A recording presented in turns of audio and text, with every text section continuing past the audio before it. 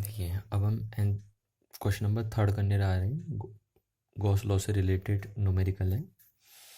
तो क्या है न्यूमेरिकल में, देखिए आपका क्वेश्चन दिया है a charge of 2 multiply 10⁻⁹ coulomb is placed on a corner of a cube. एक क्यूब दिया आपका, उसके कॉर्नर पे इतना चार्ज रखा आपका, यानी क्यू चार्ज रखा हुआ है एक क्यूब के कॉर्नर पे। ऑफ साइड 1 मीटर है ना, और इस क्यूब का साइड कितना दिया है 1 metre, as shown in figure. तो एक क्यूब दिया है, उसके कॉर्नर पे इतना चार्ज रखा और उसका साइड दे रखा 1 मीटर। तो कह रहा है find the electric flux passing through this cube. तो इस क्यूब से कितना फ्लक्स निकलेगा वो बताइए। तो देखिए पहले मैं इस क्वेश्चन को ऐसे कर देता हूँ, इसमें मैं डिफरेंट टाइप से बना देता हूँ क्वेश्चनों को। देखो ना, अगर आपके पास एक चार्ज ये है, एक क्यूब है, और ये क्यूब चार्ज, ये क्यूब जो है आपके पास एक क्यूब है, और ये क्यूब क्यू चार्ज को इनक्लोज कर रहा है अपने अंदर सेंटर में। तो इस पूरे से जो फ्लक्स निकलेगा, इस पूरे क्यूब से जो फ्लक्स निकलेगा उसको मैं फाई क्यूब बोल देता हूँ। और अकॉर्डिंग टू गॉस लॉ आपको पता है किसी भी क्लोज सरफेस से निकलने वाला फ्लक्स कितना होता है, 1/ε0 टाइम्स होता है of the total charge enclose by that surface. और गॉस लॉ ये भी कहता है कि किसी भी सरफेस से निकलने वाला जो फ्लक्स है वो इस बात पे कतई डिपेंड नहीं करता कि उस क्लोज सरफेस का शेप क्या है और साइज क्या है ना। यानी ये शेप अगर स्पेरिकल भी होता तब भी इतना ही फ्लक्स निकलता, क्यूब होता तब भी इतना ही निकलता, और आपका क्यूबॉइड होता तब भी इतना ही फ्लक्स निकलता है इस सरफेस से। तो अगर एक क्यूब है, उसके सेंटर में क्यू चार्ज रखा हुआ है, तो इस पूरे क्यूब से कितना फ्लक्स निकलेगा, 1/ε0 times of the total charge enclose by this cube, इतना फ्लक्स निकलेगा। बट अब क्या कर रखा है क्वेश्चन में, ये कह रखा है क्वेश्चन में चार्ज सेंटर पे नहीं गिवन है, कॉर्नर पे गिवन है, और पूछा इस क्यूब से कितना फ्लक्स निकलेगा। तो देखिए मैं यहाँ पे बनाता हूँ इस प्रॉब्लम को। ये हमारे पास क्यूब है, क्यूब है, और क्यूब के कॉर्नर पे इस टाइम चार्ज रखा है, क्यूब के सेंटर पे नहीं रखा है, क्योंकि अगर क्यूब के सेंटर पे लगता है तब तो क्यूब से इतना फ्लक्स निकलता है। पर अब इस केस में क्या रखा है, क्यूब के कॉर्नर पे चार्ज रखा हुआ है, यहाँ पे चार्ज रखा हुआ है इस टाइप से, क्यू चार्ज रखा हुआ है यहाँ पे कॉर्नर पे, क्यू चार्ज रखा हुआ है। अब कह रहा है इस पूरे क्यूब से कितना फ्लक्स निकलेगा। तो देखिए हमें अगर बताना है कि इस पूरे क्यूब से कितना फ्लक्स निकलेगा, तो आपको पता है हम गॉस लॉ की मदद लेंगे, है ना, क्योंकि गॉस लॉ के थ्रू ही हम क्या करते हैं, अगर हमें चार्ज पता है कि कोई सरफेस कितना चार्ज इनक्लोज कर रही है, तो उस सरफेस से कितना फ्लक्स निकलेगा अगर हमें ये कैलकुलेट करना है, तो हम गॉस लॉ की मदद लेते हैं। गॉस लॉ हमें बता देता है कि कोई भी एक ऐसी सरफेस जिसने कोई चार्ज इनक्लोज किया हुआ है, उससे कितना फ्लक्स निकलेगा। तो देखिए हम यहाँ गॉस लॉ अगर लगाने जा रहे हैं, तो आप ध्यान से देखिए जरा कि ये जो सरफेस है, ये जो क्यूब है, वो इस चार्ज को एनक्लोज नहीं कर रहा। और जब भी हम गॉस लॉ लगाते हैं तो हमें पता है वो चार्ज क्या करना चाहिए, एनक्लोज करना चाहिए क्लोज सरफेस से, है ना। ये चार्ज इनक्लोजिंग चार्ज हो, ना कि ओपन चार्ज हो। तो ये जो सरफेस हमारी पास है, ये इस चार्ज को एनक्लोज नहीं कर रही थी, इस केस में तो एनक्लोज कर रही थी, इस केस में एनक्लोज नहीं कर रही है। तो अगर हमें इसमें गॉस लॉ लगाना है और गॉस लॉ के बेस पे हमें बताना है कि इस क्यूब से कितना फ्लक्स निकला, तो हमें पहले इस चार्ज को क्या करना पड़ेगा, एनक्लोज करना पड़ेगा। तो देखो एनक्लोज करने के लिए हम क्या करते हैं, इस चार्ज को अगर हमें एनक्लोज करना है और गॉस लॉ लगाना है, तो हमें एक गॉसियन सरफेस लेनी पड़ती है। अब क्योंकि ये चार्ज कहाँ पे रखा है, क्यूब पे रखा है, तो इसके लिए जब हम एक क्लोज गॉसियन सरफेस बनाएंगे, है ना, गॉसियन सरफेस हमेशा कैसी होती है, क्लोज होती है, क्योंकि उसकी जरूरत हमें पड़ती है गॉस लॉ लगाने के लिए गॉसियन सरफेस की। तो हम जब इसके लिए गॉसियन सरफेस या क्लोज सरफेस बनाएंगे इस चार्ज के लिए गॉस लॉ लगाने के लिए, तो वो गॉसियन सरफेस ऐसी बनेगी कि वो इस चार्ज को क्या कर दे, इनक्लोज कर दे। और दूसरा, उस गॉसियन सरफेस का जो शेप बनेगा वो क्यूब शेप का बनेगा, क्योंकि ये चार्ज कहाँ पे रखा है, क्यूब पे रखा है। तो अब देखिए हम इस चार्ज को इनक्लोज करते हुए गॉसियन सरफेस बनाते हैं। तो देखिए मैंने ये बनाया आपका पहला एक, इस पे एक क्यूब मैंने ये बना दिया इधर साइड से। देखिए इधर साइड से क्यूब मैंने बना दिया ना, इधर साइड से क्यूब बना दिया।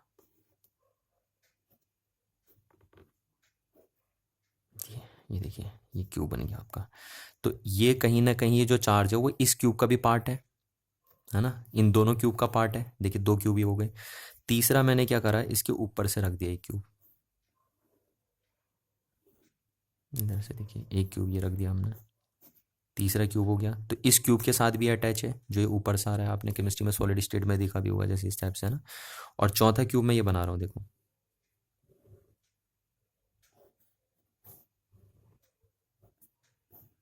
देखिए। तो इन चार क्यूब से ये अटैच है ये वाला चार्ज, और चार ऐसी आगे को आएंगे आपके, इधर आगे को आएंगे चार क्यूब। वो इधर से आएंगे आपके, 1 इधर से आएगा, दूसरा इधर से आएगा क्यूब, इधर के बनेंगे क्यूब, तीसरा इधर से आएगा और चौथा इधर से आएगा।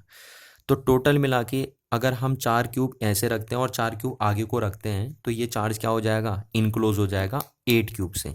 यानी 8 क्यूब मिलकर इस चार्ज को क्या कर दे रहे हैं, इनक्लोज कर दे रहे हैं। तो पूरा इन 8 क्यूब से जो फ्लक्स निकलेगा, 8 क्यूब से जो फ्लक्स निकलेगा वो कितना निकलेगा, 1/ε0 times of the total charge enclose by these 8 cubes. तो ये 8 क्यूब मिलकर कितना चार्ज इनक्लोज कर रहे हैं, क्यू चार्ज इनक्लोज कर रहे हैं। तो पूरे इन 8 क्यूब से कितना फ्लक्स निकलेगा, इतना फ्लक्स निकलेगा। तो किसी एक क्यूब से कितना फ्लक्स निकलेगा, फिर एक क्यूब से कितना निकलेगा, जब 8 क्यूब से मिलकर इतना फ्लक्स निकल रहा है तो किसी एक क्यूब से कितना निकलेगा, 1/8ε0 इंटू क्यू निकलेगा, है ना। एक के हिस्से में इतने आएगा क्योंकि ऑटो के हिस्से में अगर इतना आ रहा है तो एक के हिस्से में इतना आ रहा है। तो आप ये भी बोल सकते हैं, देखिए कि एक क्यूब से इतना फ्लक्स निकला, आपका ये आया आंसर। और हम यहाँ पे एक चीज़ बोल सकते हैं कि जो कॉर्नर वाला एलिमेंट होता है ना, वो 8 सेल का पार्ट होता है। देखो 8 क्यूब्स का पार्ट होता है, देखिए कॉर्नर वाला। तो जो कॉर्नर वाला होता है वो सिर्फ इसी क्यूब का हिस्सा नहीं है, वो 8 और क्यूब के साथ भी क्या होता है, अटैच होता है। 4 क्यूब ये हैं और 4 क्यूब आगे को आएंगे, उन 8 क्यूब के साथ ही अटैच होगा। तो इसलिए इन पूरे ये 8 क्यूब मिलकर कितना चार्ज इनक्लोज कर रहे थे, क्यू चार्ज इनक्लोज कर लेते ना। उन 8 क्यूब ने इस चार्ज को ढक दिया था, क्लोज कर दिया था। तो ये 8 क्यूब से जो फ्लक्स निकला था वो इतना निकला था अकॉर्डिंग टू गॉस लॉ। क्योंकि 8 क्यूब मिलकर क्या बनाएंगे, एक क्लोज गॉसियन सरफेस बनाएंगे वो 8 क्यूब मिलकर। तो उन 8 क्यूब से इतना फ्लक्स निकला, तो हमने यहाँ से बता दिया कि 1 क्यूब से इतना फ्लक्स निकलेगा। तो हमारे पहला पार्ट का आंसर आ गया कि देखिए 1 क्यूब से कितना फ्लक्स निकलेगा। तो 1 क्यूब से जो फ्लक्स निकलेगा, इस क्यूब से जो फ्लक्स निकलेगा, जैसे ये चार्ज रखा है तो इस क्यूब से जो फ्लक्स निकलेगा वो कितना निकलेगा, 1/8ε0 इंटू क्यू निकलेगा। अब यहाँ से आप क्या कर दीजिए कि 1/8ε0 की वैल्यू रख दीजिए 8.85 मल्टीप्लाई 10⁻⁻12 इंटू क्यू की वैल्यू आपको दी है 2 मल्टीप्लाई 10⁻⁹। तो आपका ये आंसर आ जाएगा न्यूटन मीटर स्क्वायर पर कूलम आ जाएगा, फ्लक्स की यूनिट होती है। तो ये आपका आंसर आ जाएगा। तो आपको पता चला कि जो कॉर्नर वाला चार्ज होता है वो 8 क्यूब के साथ अटैच रहता है, इसलिए एक क्यूब में उसका पार्टिसिपेशन कितना होता है, सिर्फ फ्लक्स देने का 1/8 होता है ना। तो ये ध्यान रखना आपको चीज़ का। अच्छा, अगर मैं यही चीज़ आपसे पूछ दूँ, सेम यही चीज़ अगर मैंने आपसे पूछ दी, यहाँ पे क्वेश्चन पूछ दिया कि ये हमारे पास एक क्यूब है सपोज, ठीक है, ये क्यूब है और इसके एक फेस के सेंटर पे कोई चार्ज मैंने क्यू रख दिया। यहाँ पे मैं क्वेश्चन नहीं कर रहा हूँ, बी पार्ट नहीं कर रहा हूँ मैं, कुछ दूसरा एक क्वेश्चन मैंने इसमें ऐड कर दिया सडनली अपनी मर्जी से कि अगर हमारे पास एक क्यूब है ये, और एक क्यूब के सेंटर पे नहीं, फेज के सेंटर पे कोई चार्ज हमने क्यू रख दिया है ना। चार्ज सेंटर पे नहीं रखा है, क्यूब के सेंटर पे नहीं रखा है, क्यूब के किसी फेज के सेंटर पे क्यू चार्ज रख दिया हमने। तो अब हमें बताना है कि इस पूरे क्यूब से कितना फ्लक्स निकलेगा, इस पूरे क्यूब से कितना फ्लक्स निकलेगा। तो देखिए हमें फिर वही गॉस लॉ अप्लाई करना है। तो गॉस लॉ अप्लाई करने के लिए हमें फिर क्या करना पड़ता है, इस चार्ज को इनक्लोज करते हुए एक गॉसियन सरफेस बनानी पड़ती है। अब क्योंकि ये चार्ज कहाँ पे प्लेस्ड है, क्यूब के ऊपर प्लेस है, तो जो गॉसियन सरफेस भी बनेगी इनक्लोज वो क्यूब टाइप की बनेगी। तो हम इसके ऊपर एक क्यूब रख देते हैं, देखिए इस क्यूब के ऊपर एक क्यूब रख दिया मैंने इस तरीके से। तो अब इन दोनों क्यूब ने मिलकर इस चार्ज को क्या कर दिया है, इनक्लोज कर दिया। देखिए ये दोनों क्यूब मिलकर ऐसे करके ये चार्ज इन दोनों क्यूब के बीच में आ जाएगा, देखिए ये इस तरीके से ढक जाएगा ये चार्ज। देखिए इस क्यूब ने और इस क्यूब ने मिलकर ढक दिया इस चार्ज को, तो ये क्लोज हो गया। इन दोनों क्यूब ने मिलकर क्या कर दिया, इस चार्ज को एनक्लोज कर दिया। तो हम बोलेंगे इन दोनों क्यूब से मिलकर कितना फ्लक्स निकल रहा है। तो अगर हम लगाएंगे यहाँ पे, ये बन गया आपका क्या, क्लोज गॉसियन सरफेस पूरी। तो ये पूरी दो क्यूब मिलकर पूरी क्या बना रहे हैं, क्लोज गॉसियन सरफेस बना रहे हैं। तो इन दोनों क्यूब से मिलकर कितना फ्लक्स निकलेगा, 1/ε0 इंटू क्यू। तो किसी एक क्यूब से कितना फ्लक्स निकलेगा, एक क्यूब से कितना फ्लक्स निकलेगा, Q/2ε0 ये निकलेगा फ्लक्स। तो आपको ध्यान रखना है कि जब भी फेज के सेंटर पे चार्ज रखा जाता है तो क्यूब से कितना फ्लक्स निकलता है, Q/2ε0 निकलता है। और जब कॉर्नर पे रखा जाता है तब कितना फ्लक्स निकलता है, Q/8ε0 निकलता है। और जब सेंटर पे रखा जाता है तब कितना निकलता है, Q/8ε0 निकलता है। अच्छा, दूसरा इसमें पूछा है, हमारा बी पार्ट पूछा है, find the net flux passing through the phase of a given cube. यानी कह रहा है कि find the net flux passing through the phase of a given cube. तो किसी एक फेज से बताओ कि कितना फ्लक्स निकला, है ना। पहले वाले क्वेश्चन में क्या था कि चार्ज कॉर्नर पे रखा था और हमें पूरे क्यूब से कितना फ्लक्स निकला ये बताना था प्रीवियस क्वेश्चन में। अब इस क्वेश्चन में क्या करना है, चार्ज अभी भी कॉर्नर पे रखा है पर अब पूरे क्यूब से कितना फ्लक्स निकला वो नहीं बताना हमें बताना है कि find the flux passing through the face of a given cube, किसी एक फेस से कितना फ्लक्स निकला अभी। तो आइए देखते हैं, इसे सॉल्व करते हैं हम। यहाँ पे सॉल्व कर लेते हैं हम ना। तो ये पूछ रहा है, देखिए हमारे पास ये था, ये जो क्यूब था उसके कॉर्नर पे रखा था चार्ज, है ना, ये क्यू चार्ज यहाँ पे कॉर्नर पे रखा था। तो पहली बार जब हमने देखा था कि कॉर्नर पे चार्ज रखा था तो पूरे क्यूब से कितना फ्लक्स निकला था, फर्स्ट पार्ट में पूरे क्यूब से निकला था Q Q upon 8 epsilon not flux. But इस केस में वो पूछ रहा है सिर्फ एक फेज से कितना निकलेगा, एक फेज से कितना फ्लक्स निकलेगा जब चार्जर कहाँ पे रखा हो, कॉर्नर पे रखा हो, तब एक क्यूब के एक फेज से कितना फ्लक्स निकलेगा हमें वो निकालना है। तो पूरे क्यूब से तो इतना निकला, तो पर अब हमें एक फेज से बताना है। अब जरा आप ध्यान से देखिए, देखिए चार्ज अगर ऐसा रखा हुआ है तो ये जो तीन फेजें आपको दिख रही हैं, ये जो तीन फेज आपको दिख रही हैं, देखिए कौन कौन सी फेज, ये अपर फेज, पहली ये वाली फेज आपको जो दिख रही है अपर फेज, दूसरी ये जो फेज आपको दिख रही है ये लेफ्ट साइड की फेज, और तीसरी फेज जो आपको ये दिख रही है, देखिए ये फ्रंट फेज। इन तीनों फेज, क्योंकि ये तीनों फेज के साथ ये चार्ज टच में है ना, ये चार्ज क्या है, टच में है। अब आपको यहाँ देखिए जरा, जैसे सपोज करो मैंने एक फेज बनाया है, ये है ना, ये एक फेज बनाया और इस पे ये चार्ज रख दिया क्यू, ठीक, इस फेज के एक कॉर्नर पे एक चार्ज रख दिया क्यू। अब ये जो चार्ज इलेक्ट्रिक फील्ड लाइंस निकाले देगा, देखिए ऐसे निकालेगा, है ना, इधर को निकालेगा ऐसे करके। तो इस सरफेस से, ये जो सरफेस बनी जिस पे चार्ज रखा है कॉर्नर पे, इस सरफेस से तो कोई फ्लक्स से पास होके जा ही नहीं रहा है ना, क्योंकि जिस सरफेस पे आप चार्ज रखे हो उस सरफेस के साथ तो कोई फ्लक्स लिंक होगा ही नहीं ना इसका। इसी सरफेस पे चार्ज आपने रख दिया है तो इस चार्ज का जो फ्लक्स लिंक होगा वो इन फेजों के साथ होगा, ये देखिए इन फेजों के साथ होगा, जो रिमेनिंग तीन फेज हैं, back phase, right hand side phase and bottom phase, ये इन तीनों फेज के साथ, front phase, upper phase and left phase, इनके साथ कोई भी फ्लक्स एसोसिएट नहीं करेगा ये चार्ज। क्यों नहीं करेगा, क्योंकि ये तीनों फेज जो हैं उनके उन्हीं के साथ अटैच है चार्ज। तो जब चार्ज इन्हीं के साथ अटैच है तो ये चार्ज इन तीनों फेजों से कोई भी फ्लक्स नहीं निकालेगा। इस चार्ज का फ्लक्स सिर्फ किन फेजों से पास होते हुए निकलेगा, एक निकलेगा आपका बैक फेज से, एक निकलेगा आपका बॉटम फेज से और एक निकलेगा राइट फेज से, ये इन तीन फेजों से निकलेगा। तो यानी जो तीन फेज का फ्लक्स है, थ्री फेज का फ्लक्स है, वो टोटल कितना हो गया, जीरो हो गया। वो तीन फेज ये हैं, देखिए ये वाला फेज, ये वाला फेज और ये वाला फेज, क्योंकि इन फेज पे चार्ज रखा हुआ है तो इन पे कोई फ्लक्स नहीं बना पाएगा ये चार्ज इन तीनों फेज के साथ।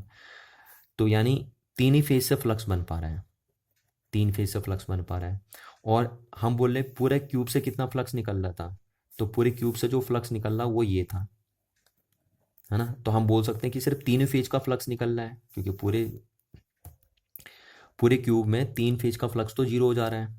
तो यानी जो तीन फेज से जो फ्लक्स निकल रहा है कहीं ना कहीं वो क्यू अपॉन 8 एप्सिलॉन नॉट के बराबर है, कि पूरे क्यूब से इतना निकला। और हम बोल रहे हैं कि पूरे क्यूब से अगर इतना निकल रहा है तो उनमें तीन फेज का फ्लक्स ये जीरो हो रहा है। इस केस में जब चार्ज कॉर्नर पे रखा है तो तीन फेज का फ्लक्स जीरो हो रहा है, तो यानी तीन फेज से कितना निकला, इतना निकला। तो एक फेज से फिर कितना निकलेगा, एक फेज से निकलेगा क्यू अपॉन 3 × 8 एप्सिलॉन नॉट, निकलेगा नहीं निकलेगा। तो यानी आपका हो गया क्यू अपॉन 24 एप्सिलॉन नॉट, इतना फ्लक्स निकलेगा एक फेज से। तो यहाँ से आपको क्यू की वैल्यू दी थी, क्यू की वैल्यू हमें कितनी दी थी, 2 × 10⁻⁹ दी थी, है ना। और 24 × एप्सिलॉन नॉट की वैल्यू 8.85 × 10⁻12 आप रख देंगे और ये न्यूटन पर कूलम मीटर स्क्वायर आपका आ जाएगा। तो इसको आप अगर सॉल्व करेंगे तो आपका आंसर आ जाएगा। तो आपको ध्यान रखना है कि जब भी कॉर्नर पे चार्ज रखा रहता है तो किसी एक फेज से कितना फ्लक्स निकलता है, किसी एक फेज से फिर Q upon 24 epsilon not flux निकलता है। ये फ्लक्स तब एक फेज से निकलता है और तब निकलता है जब चार्ज कहाँ पे रखा हो, क्यूब के कॉर्नर पे रखा हो। न्यूमेरिकल और देखते हैं हमारा, ये रहा हमारा next numerical, Gauss law. Again Gauss law से रिलेटेड न्यूमेरिकल है, क्योंकि हम गॉस लॉ से रिलेटेड न्यूमेरिकल डील करे जा रहे हैं। तो हमारे पास क्वेश्चन है, a thin metallic spherical shell of radius R, ये दिया आपका एक थिन स्पेरिकल सेल दी जिसकी रेडियस आर दी है, carry a charge Q charge ये कैरी कर रहा है ऑन इट सरफेस, है ना, सरफेस पे कैरी कर रहा है चार्ज, और मेटालिक है ये, ध्यान रखना मेटालिक है नहीं कंडक्टर है। और जैसे कि हम जानते हैं कि कंडक्टर के अंदर इलेक्ट्रिक फील्ड जीरो होता है, इस बात को आप ध्यान रखेंगे। तो एक थिन मेटालिक स्पेरिकल सेल आपकी दी है जिसकी रेडियस आर है और उस पर क्यू चार्ज क्या है, उसके सरफेस पे डिस्ट्रीब्यूटेड है। और मेटल के ऊपर एक दूसरी बात ये भी होती है कि मेटल के पास जो भी आप चार्ज देते हो वो उसके ऊपर यूनिफॉर्मली क्या हो जाता है, डिस्ट्रीब्यूट हो जाता है मेटल सरफेस के ऊपर। अच्छा, उसके बाद है a point charge Q/2 is placed at its centre, ये रखा है देखिए इसके सेंटर पे Q/2 charge. And another charge 2Q is placed outside the shell, ये रखा है आपका 2Q charge outside the shell at a distance x from the centre, ये रखा है सेंटर से x डिस्टेंस पे रखा है। तो पूछ क्या रहा आपसे, find the force on the charge at the centre of a shell. तो हमें पता करना है कि जो सेंटर पे चार्ज रखा है उस पे कितना फोर्स लग रहा है। तो देखिए अगर हम ये बता दें कि यहाँ सेंटर पे कितना इलेक्ट्रिक फील्ड है, तो हमें पता है देखिए इलेक्ट्रिक फील्ड बताते तो हम वहाँ फोर्स बता सकते हैं। अगर मैं यहाँ पता कर लूँ कि यहाँ सेंटर पे कितना, यहाँ इस पॉइंट पे कितना क्या बन रहा है, फील्ड बन रहा है, तो मैं यहाँ पे बता सकता हूँ कि इस चार्ज पे कितना फोर्स लगेगा। तो देखिए क्योंकि आपको पता है ये इलेक्ट्रिक फील्ड होता है ना, फोर्स एक्सपीरियंस बाय या यूनिट पॉजिटिव टेस्ट चार्ज, ये इलेक्ट्रिक फील्ड की डेफिनेशन होती है, आपको पता है। तो जब आपको किसी पॉइंट पे इलेक्ट्रिक फील्ड पता हो तो आप उस पॉइंट पे क्या पता कर सकते हैं, फोर्स भी पता कर सकते हैं कि कितना फोर्स वहाँ पे लगेगा, है ना। जहाँ पे आपको इलेक्ट्रिक फील्ड पता हो वहाँ पे फोर्स भी कैलकुलेट कर सकते हैं। तो इस पॉइंट पे कितना फोर्स लगेगा, यानी इस चार्ज पे कितना फोर्स लगेगा, तो इस चार्ज पे देखिए इस चार्ज पे कितना फोर्स लगेगा हमें ये बताना है यहाँ पे। तो कौन कौन लगाएगा इस पे फोर्स, एक तो ये चार्ज लगाएगा, दूसरा ये चार्ज लगाएगा। तो अगर हमें निकालना है कि इस पे नेट कितना फोर्स लगेगा, तो हम देखिए एक तो हम कूलॉम लॉ से भी निकाल सकते हैं कि पहले हम देखेंगे कि ये इस पे कितना फोर्स लगाएगा, ठीक, हम उसे निकालेंगे, फिर ये इस पे कितना लगाएगा वो उसे निकालेंगे, फिर उन दोनों को वेक्टर सम करेंगे। तो ये इस पे फोर्स लगाएगा इस डायरेक्शन में, ये इस पे फोर्स लगाएगा इस डायरेक्शन पे, फिर हम उन दोनों को क्या करेंगे, वेक्टोरिकली ऐड करेंगे। बट उसमें हमें दिक्कत आएगी या हम यहाँ पे कैलकुलेट ही नहीं कर पाएंगे उसे। क्यों नहीं कैलकुलेट कर पाएंगे, क्योंकि ये जो इस पे फोर्स लगाएगा इस डायरेक्शन में, ये इस पे जो फोर्स लगाएगा इस डायरेक्शन में है, तो उनका मैग्नीट्यूड तो हम बता देंगे, बट अब जब हम इन दोनों को ऐड करेंगे तो इनके बीच के डायरेक्शन तो हमें पता ही नहीं है ना। तो हम नेट फोर्स नहीं निकाल सकते कि इस पे नेट फोर्स कितना लग रहा है due to the two charges. तो हम क्या करते हैं यहाँ पे, हम गॉस लॉ की मदद लेते हैं, है ना। गॉस लॉ की मदद से देखते हैं कि इस पे नेट फोर्स कितना लगता है। क्यों, गॉस लॉ फोर्स के बारे में नहीं बताता, but Gauss law electric field के बारे में बताता है ना। इलेक्ट्रिक फील्ड हम गॉस लॉ से कैलकुलेट कर सकते हैं। तो अगर मैं यहाँ से यहाँ पे गॉस लॉ के थ्रू इलेक्ट्रिक फील्ड निकाल लूँ तो मैं यहाँ पे फोर्स भी कैलकुलेट कर सकता हूँ। तो इसलिए हम यहाँ कूलॉम लॉ नहीं लगा रहे हैं। कूलॉम लॉ क्यों नहीं लगा रहे, मैंने आपसे कहा क्योंकि यहाँ पे फोर्स क्या जा रहा है, डिफरेंट डिफरेंट डायरेक्शन में जा रहा है और उनके बीच का एंगल हमें गिवन नहीं है, तो इसलिए हम उन्हें वेक्टर सम करके ऐड नहीं कर पाएंगे। तो हम यहाँ गॉस लॉ की मदद लेंगे। तो अब आप सीधे देखिए यहाँ पे गॉस लॉ भी हमें लगाने की जरूरत ही नहीं पड़ेगी, क्योंकि वी वेल नो कि कंडक्टर के अंदर इलेक्ट्रिक फील्ड कितना होता है, कंडक्टर के इनसाइड इलेक्ट्रिक फील्ड जो होता है वो होता है आपका ज़ीरो। किसी भी कंडक्टर के अंदर इलेक्ट्रिक फील्ड कितना होता है, ज़ीरो होता है। तो यहाँ पे हर एक पॉइंट पे, इस कंडक्टर के अंदर हर एक पॉइंट पे इलेक्ट्रिक फील्ड ज़ीरो होगा। तो अगर इसके अंदर इलेक्ट्रिक फील्ड ज़ीरो होगा तो हम ये कह सकते हैं कि फोर्स भी जीरो होगा। फिर इस Q/2 चार्ज पे कितना फोर्स लगेगा, जीरो फोर्स लगेगा, है ना। यही हमें कैलकुलेट करना था फर्स्ट पार्ट में, find the force on the charge at the centre of shell. तो कितना फोर्स लगेगा इस सेंटर ऑफ चार्ज पे, जीरो फोर्स लगेगा। क्यों, क्योंकि यहाँ फील्ड जीरो है, तो जहाँ फील्ड जीरो होगा वहाँ ऑटोमेटिकली क्या होगा, फोर्स भी जीरो होगा। तो ये हमने निकाल दिया। अब बी पार्ट में हमें क्या कैलकुलेट करना है, कह रहा है the electric flux through the shell, कि कितना नहीं अभी ये भी रह गया, हमें एक पार्ट और रह गया इसमें, पार्ट रह गया find the electric force on the charge at the centre of a shell and at the point A, यानी इस पे कितना फोर्स लगेगा हमें वो भी कैलकुलेट करना है कि इस पॉइंट पे कितना फोर्स लगेगा, है ना। इस चार्ज पे जो ये इस पॉइंट पे जो चार्ज रखा है इस पे कितना फोर्स लगेगा, तो इस पे कौन लगाएंगे फोर्स, ये और ये लगाएंगे मिलकर फोर्स इस पॉइंट पे। तो फिर मैं वही कह रहा हूँ आपसे कि इस पे अगर हमें नेट फोर्स देखना है तो हम देखिए इसका फोर्स देखेंगे, इसका फोर्स देखेंगे, उन दोनों को ऐड कर देंगे, है ना।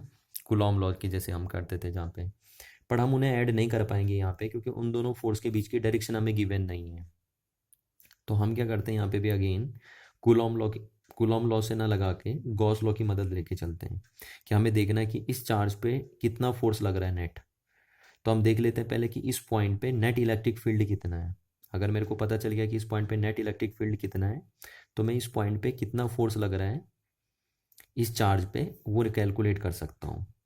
और यहाँ पे कितना इलेक्ट्रिक फील्ड बनेगा वो हम कैसे कैलकुलेट करेंगे, वो हम गॉस लॉ से कैलकुलेट करेंगे, क्योंकि गॉस लॉ से हम इलेक्ट्रिक फील्ड कैलकुलेट कर सकते हैं ड्यू टू चार्ज या due to this distribution of charge. तो हम यहाँ से बोलेंगे कि the electric field at point A due to the charge on the shell is, कौन कौन सा चार्ज इस पे है, Q/2 एंड Q चार्ज है। तो ये जो चार्ज ऑन द सेल है वो यहाँ पे कितना इलेक्ट्रिक फील्ड बनाएगा, तो वो जो इलेक्ट्रिक फील्ड बनाएगा वो बनाएगा 1/4πε0 Q, इतना चार्ज इस पे है यहाँ पे, और प्लस Q/2 यहाँ पे है, और अपॉन इनकी डिस्टेंस यहाँ से कितनी है, x² है ना। तो इतना इलेक्ट्रिक फील्ड बनेगा कहाँ पे, ए पॉइंट पे, due to this charge on a shell. इतना इलेक्ट्रिक फील्ड बन जाएगा। अगर हम इसे सॉल्व करेंगे तो कितना बन जाएगा, वो 1/4πε0 और ये Q/2 तो ये 3/2 बन जाएगा, और ये आपका हो गया Q/x²। तो इतना इलेक्ट्रिक फील्ड बनेगा इस पॉइंट पे। अब अगर हमें यहाँ पे पता है कि कितना इलेक्ट्रिक फील्ड बनाया है दिस डिस्ट्रीब्यूशन ऑफ चार्ज ने, तो हम यहाँ पे फोर्स भी कैलकुलेट कर सकते हैं। अब सिंस आपको पता है इलेक्ट्रिक फील्ड क्या होता है, force experience by a unit positive test charge.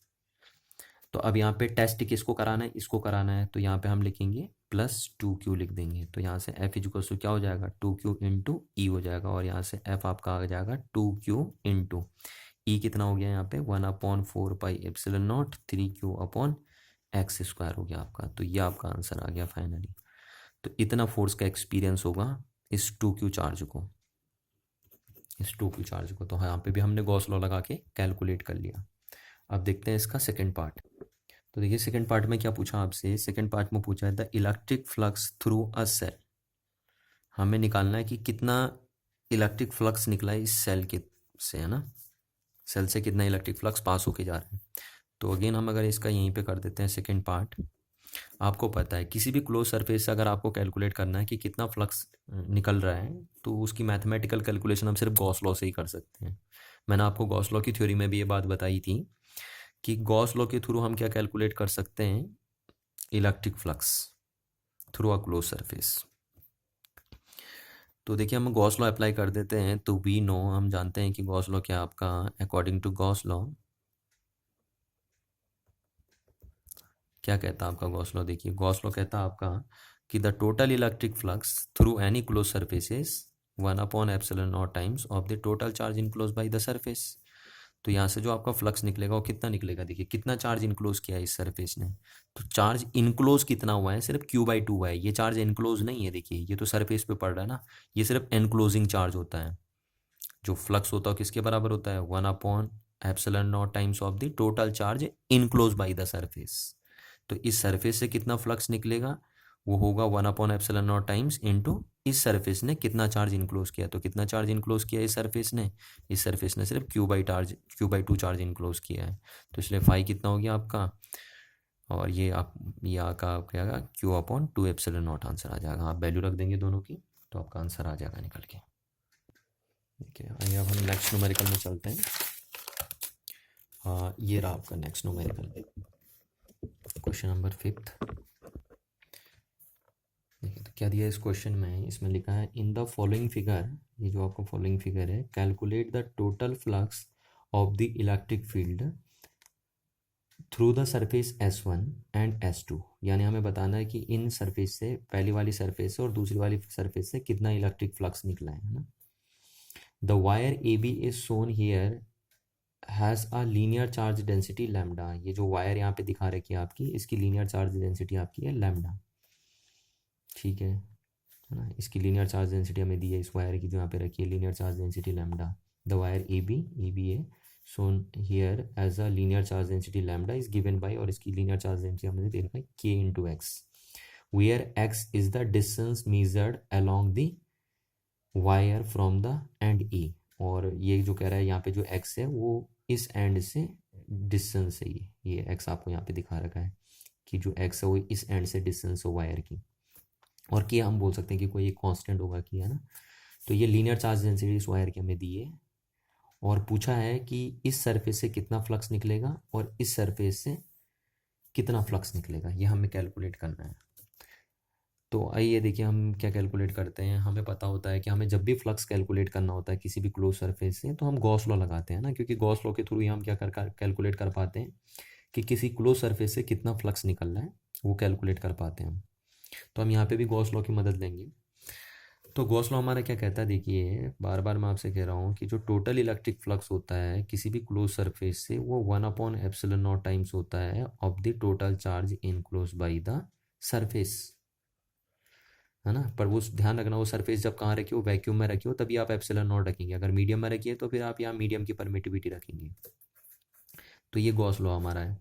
अब इस सरफेस से कितना फ्लक्स निकलेगा, देखिए इस सरफेस से कितना फ्लक्स निकलेगा, पहले हमें वो कैलकुलेट करना है। तो हम फर्स्ट पार्ट में क्या कैलकुलेट करते हैं कि इस सरफेस से कितना फ्लक्स निकलेगा, तो हम बोलेंगे फ्लक्स थ्रू सरफेसेस। कौन सा flux? Electric flux. Flux through surface S, surface S1। तो कितना निकलेगा, उसको हमने फाई S1 बोल दिया ना। Flux passes through surface S1 is कितना होगा, 1/ε0 times into the total charge enclose by this surface. तो कितना चार्ज इसने इनक्लोज किया है, सिर्फ Q चार्ज इनक्लोज किया है, तो इतना फ्लक्स निकल जाएगा आपका। ये हो गया आपका, इतना फ्लक्स निकल जाएगा। तो इस पार्ट का आंसर तो आपका ये आ गया। अच्छा, अब दूसरा पार्ट क्या कह रहा है आपसे, वो कह रहा है कि इस सरफेस से कितना फ्लक्स निकलेगा। तो इस सरफेस से कितना फ्लक्स निकलेगा, तो हम कैलकुलेट करते हैं कि the flux through surface S2, इस सरफेस से कितना फ्लक्स निकलेगा। तो वही हम फिर गॉस लॉ लगाते हैं फ्लक्स की कैलकुलेशन करने के लिए। तो क्या कहता है कि इस सरफेस से कितना फ्लक्स निकलेगा, उसको मैंने फाई S2 लिख दिया ना, यानी flux passes through second surfaces. तो होगा 1/ε0 times of the total charge enclose by, total charge enclosed by S2 surface, कि इस S2 सरफेस ने कितना चार्ज इनक्लोज किया है।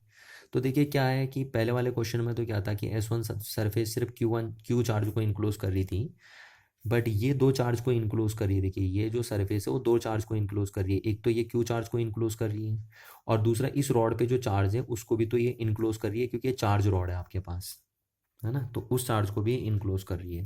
तो हम यहाँ से बोल सकते हैं कि फाई S2 इसको इक्वल टू होगा 1/ε0 इंटू टोटल चार्ज कौन कौन सा आ गया, एक तो ये Q चार्ज को इनक्लोज कर रही है सरफेस, प्लस और किसको इनक्लोज कर रही है, charge on rod, charge on rod को इनक्लोज कर रही है।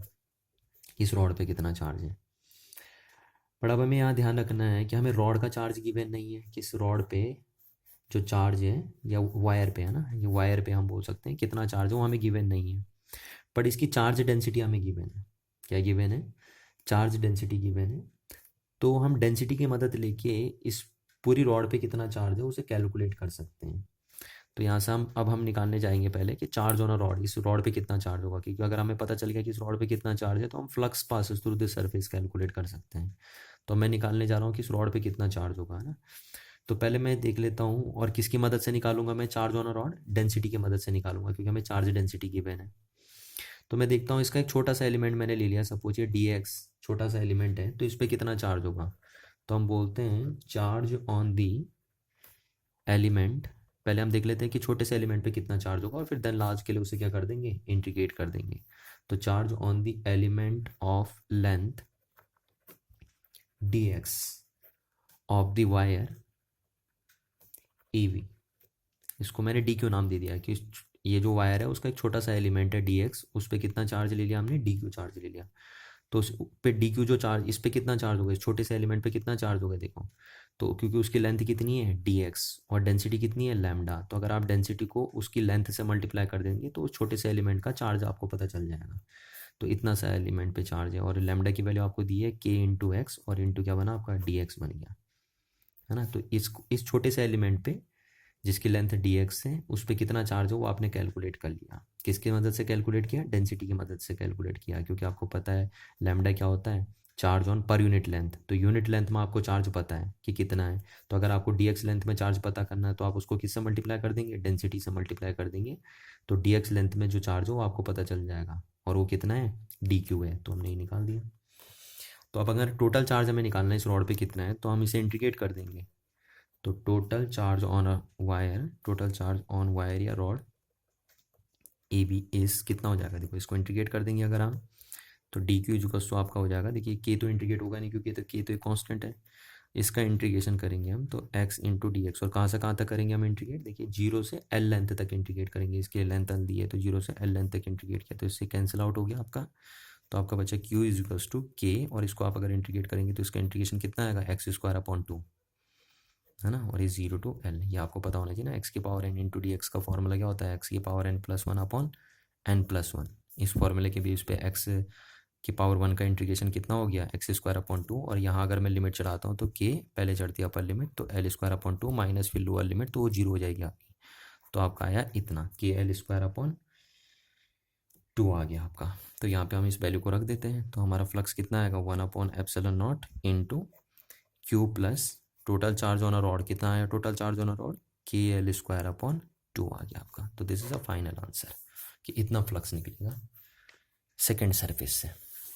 तो सेकेंड सरफेस पे बस हमें दिक्कत यहाँ पे आई कि सेकेंड सरफेस पे जो चार्ज इनक्लोज हो रहा है वो दो टाइप का हो रहा था, एक ये हो रहा था और एक इस रॉड का चार्ज हो रहा था, और रॉड का चार्ज हमें गिवन नहीं था, तो उसके लिए हमने थोड़ा क्या किया, डेंसिटी की मदद लेके इस चार्ज पे कितना रॉड है वो निकाला, और चार्ज पे रॉड पे कितना चार्ज है वो निकालने के लिए हमने क्या किया कि रॉड का पहले एक छोटा सा एलिमेंट ले लिया और उस पर देखा कितना चार्ज है, और फिर पूरी रॉड पे चार्ज देखने के लिए हमें उसे लार्ज के लिए क्या कर दिया, इंटीग्रेट कर दिया।